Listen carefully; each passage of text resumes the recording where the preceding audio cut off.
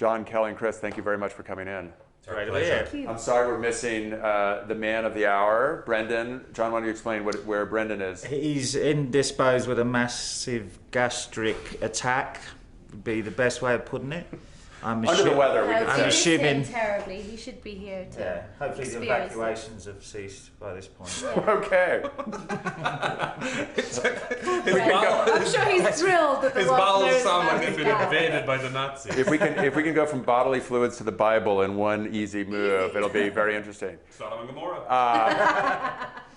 I'm curious, when you are writing this, obviously you've made the guard a little bit before you're writing. Do they overlap at all? In other words, are you hearing a certain actor or seeing a certain actor as the priest as you're writing this piece? They overlap in the sense that the guard, the editing post-production went on for, it was quite protracted.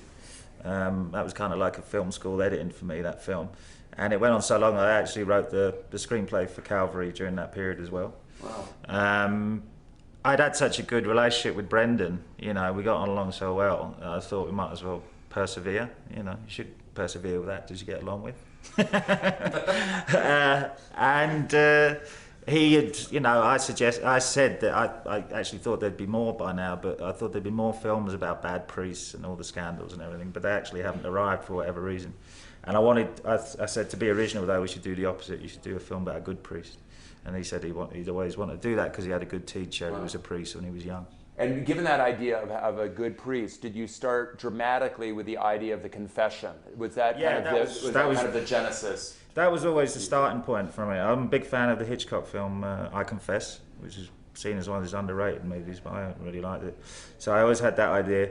It was also, I found it challenging to write about a character who's a good person. You know, most films are about people who are conflicted or they're anti-heroes and they drive the plot along.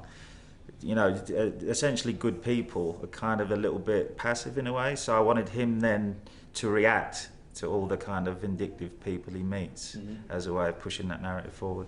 But there's two parallel things that are going on after the confession. One is this week of reconciliation, and the other one is kind of like almost an Agatha Christie. Yes. Who might, of these people like you, Chris, who among the people he comes in contact with might be this person?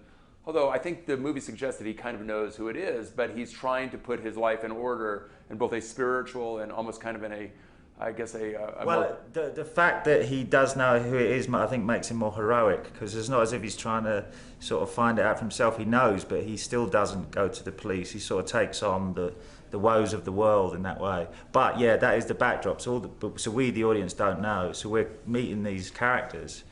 And because of the seal of the confessional, he can't behave as if he knows it's this person. So there was always a subtext to the scenes with those characters. And as you meet the characters, they're almost increasingly kind of disjointed emotionally. So it looks like it could be any of them, right? Which really opens it up.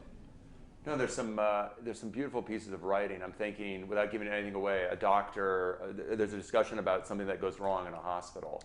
Yes, that's a very, very dark story. And then Aidan Gillen does his odd karate routine afterwards. There's a lot of dark scenes all the way through, which coincide with lots of funny scenes. But a lot of the laughs are generated, I think, from relief. You know, that we've escaped the darkness for a few moments. It's not often the case that we have a Roman Catholic priest who has a child in a legitimate way, which is obviously a great narrative and dramatic creation, but also gives your character an amazing kind of situation in which you can discuss your life with both your father and your father. Yes, right. I mean, she's not religious at all. I mean, she goes into confession to ask whether or not she would be damned to hell because she tried to commit suicide, and that's obviously sin. So therefore, she's asking her father whether or not, you know, would she be going to hell? Does he believe that? And that's such a interesting dynamic to be asking her own dad. And yeah, the fact that she was part of his past, you know, that before his priesthood, like there's something that informs the audience about what sort of man he really is and where he's come from, and they both sort of have damage from that past, and it just shines a light on who he is, I think, more. But without giving anything away about how the movie ends, he has also taught her how to forgive and how to see the world more hopefully, right? I mean, is that what the gift he has given her? Absolutely, yeah. So sorry, I was going to give away something there, Lon. I wasn't going to give away. This movie has such a beautiful sense of place, and I'm wondering, as actors, being in that place, how that affects your approach to the film, character. It feels, like it's a separate world, kind of isolated even from the rest of Ireland. Yeah, I think that's true. I mean, it's very close to where I'm from, so I felt very at home there. And in terms of kind of playing a character like that, I kind of know people, maybe not quite as vindictive as the characters portrayed in the film, but people who have some kind of tendencies towards making you think that their parents were inbred, and but where the film is set is so, it's almost like a film done on the moon. It looks so craggy and, like you say, removed from the rest of the world, that anything could happen. It's like the last bastion for people. But in both a good and a bad way, right? I mean, there's a sense of community, but that community itself is frayed. There's a sense of community in the way that a leper colony has a sense of community. Exactly. Also, locations. If you get a great location, you're adding another character to the movie, really. Right. Do you think this movie, I mean, if the movie has succeeded the way, as actors, you hoped it succeeded, and as a writer and director, the way you hoped it succeeded, what would you hope audiences would take away from this film? Not that it has to have a message, but if they're talking about things after watching it, if you have succeeded in your ambition, how do you hope people are talking in the lobby about this film? I don't know. I hope that they enjoyed it, but are also devastated, which is a strange dynamic to have.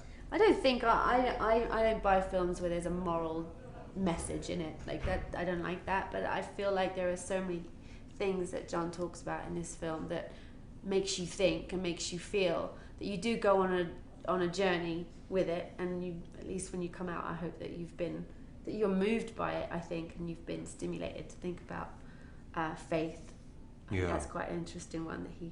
I think after I watched it when I came out of it, more than when I had read it the first time when we were filming it, it really made me think about my relationship with my religion, and I think that a lot of people will find that. I didn't want the movie to sit on the fence, but I wanted somebody who has a really deep faith and also somebody who's an atheist to both get the film. It shouldn't be excluding one or the other of them. No, and obviously your central character has so much faith. He goes to, I mean, he has so much faith. He goes to a place at the end of the film that 99 out of 100 people would not go. Yes. But he is that pure in his faith and in his beliefs. And he stumbles along the way, and he has to regain his courage and all those sorts of things. He's inspiring, I think, as a character. No, it's a hero. I mean, even though you describe it as, I don't know if we could call it tragedy or very upsetting, but it's ultimately, as I think you said earlier, a very heroic story about a very heroic man. Yeah. Well, thank you so much for coming in and talking about the film. Thank you. We could have this chat for another hour, but we only have our 10 minutes. Thank you all. Thanks, man. Cheers.